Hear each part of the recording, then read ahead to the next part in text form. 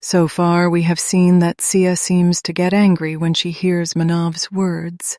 Siya tries to convince him and attempts to explain the reasons behind all her thoughts and actions. Hearing Manav's words, Dia immediately says, "It's not like that at all. I know that whenever I get upset, you will be there. But when I am in danger, you won't be able to save me. When it comes to Henna, it will be because of you."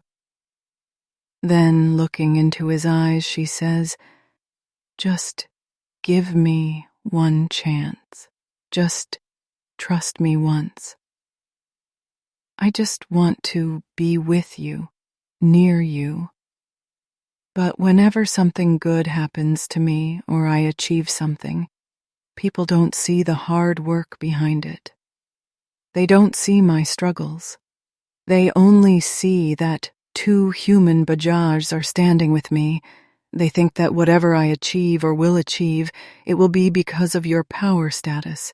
You will do all that for me, and I don't want that.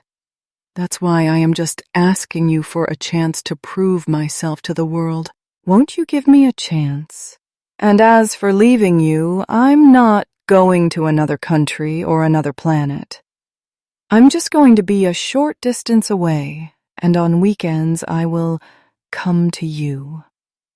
Then, looking into his eyes, with a slightly mischievous and playful tone, she says, "And Grumpy, what do you think you can get rid of me so easily?" "Not at all. I still have a lot of pestering left to do with you. You are not going to get rid of me that quickly. So just get that thought out of your mind." Listening to her, somewhere Manav also felt it was right. But his heart was not ready to distance himself from Siya. However, he controlled his heart and used his mind. He was almost in agreement with Siya's decision. Therefore, looking at Siya, he says, "Okay, I will give you a chance, but I have some conditions too." Siya widens her eyes and asks, "What conditions?" "You say, first, my trusted WhatsApp contacts will always be around you. Whenever you are in danger or trouble, they will come to save you. You are not allowed to talk to boys there at all. Whatever you do, you must inform me about it first, because I know how your mind works. So don't be too clever. I am only sending you to achieve your goals and for your studies. If I find out that your focus is distracted, I will bring you back immediately and stop your studies as well. If you need to go out anywhere, take the driver with you. Yes, and in the hostel, I will arrange for you to stay with that arrangement. If you agree to all this, then I will think about it. Otherwise..." He stops mid-sentence, leaving his words unfinished, and looks at Siya.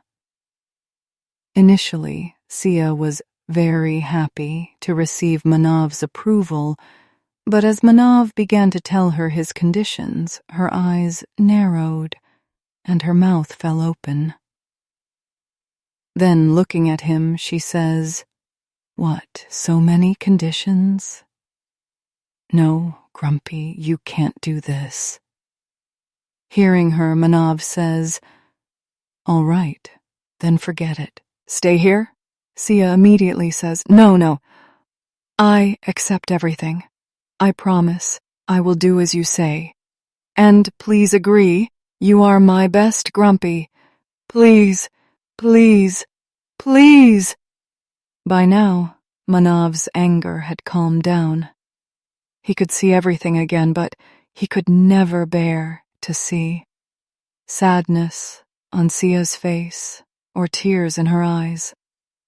Even though he didn't express it much, everything about Siya affected him deeply. Siya, happily sitting and hugging Manav, was so engrossed in their conversation and discussion that they didn't pay any attention to their situation. At that moment, Siya was sitting in Manav's lap, hugging him. Manav's hands were wrapped around her waist. Manav's face was near Siya's neck. Therefore, when he breathed, his breath brushed against her neck. As soon as she realized this, she started getting goosebumps. Suddenly, a restlessness began to rise within her. She felt a fluttering sensation in her stomach. As Manav's breaths were felt on her neck, her breathing rate increased. As a result, her chest was rising and falling rapidly. Another reaction was that her chest and Manav's chest were repeatedly colliding with each other. When Manav realized this, his eyes deepened. His grip on Siya's waist tightened, becoming even stronger. When Siya could no longer bear it, she tried to move away from Manav. Manav hugged her even tighter, and bringing his voice close to her ear, letting out his warm breath and almost touching his lips to her ear, he said in a slow but heavy voice, "Just sit like this for a while." In his words, there was a request as well as an order. Siya quietly sat down. Manav was attracted to the sandalwood fragrance coming from Siya's body. He was slowly rubbing his nose against Siya's neck. His actions sent a jolt of electricity through Siya. She had never experienced such a feeling before. Therefore, she couldn't understand why this was happening to her suddenly, why this restlessness was occurring. Still, she called out to Manav in her stammering voice, "Grumpy." "Mm-hmm," Manav replied, simply, but he didn't stop. Every touch of his was increasing Siya's restlessness. Meanwhile, Manav was unable to control the emotions building up inside him. He was slowly losing control, and the sweet sandalwood fragrance coming from Siya was driving him wild.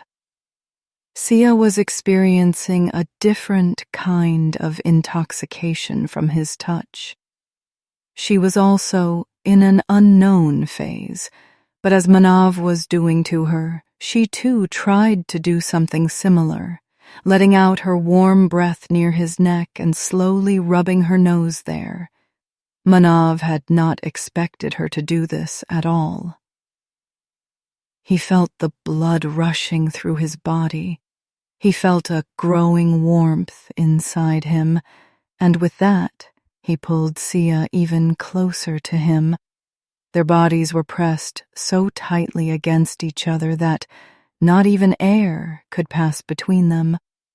Now it was Siya's turn to slip away from this unique feeling and touch between them.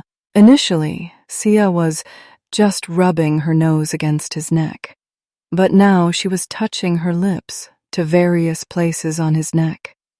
As she did this, Manav could no longer control himself and, with one hand, grabbed Siya's neck from behind, turning her face towards him. They were looking into each other's eyes. A different kind of intoxication was evident in both their eyes. Manav was gazing into her eyes, watching her fluttering eyelids. Gradually, his gaze moved to her soft, light pink lips, which she was biting under her own lips while looking at him. Manav was observing Sia's face with his deep gaze. He reached out one hand to her cheek and began to caress it with his thumb. Slowly, his thumb traveled from her cheek to her lips.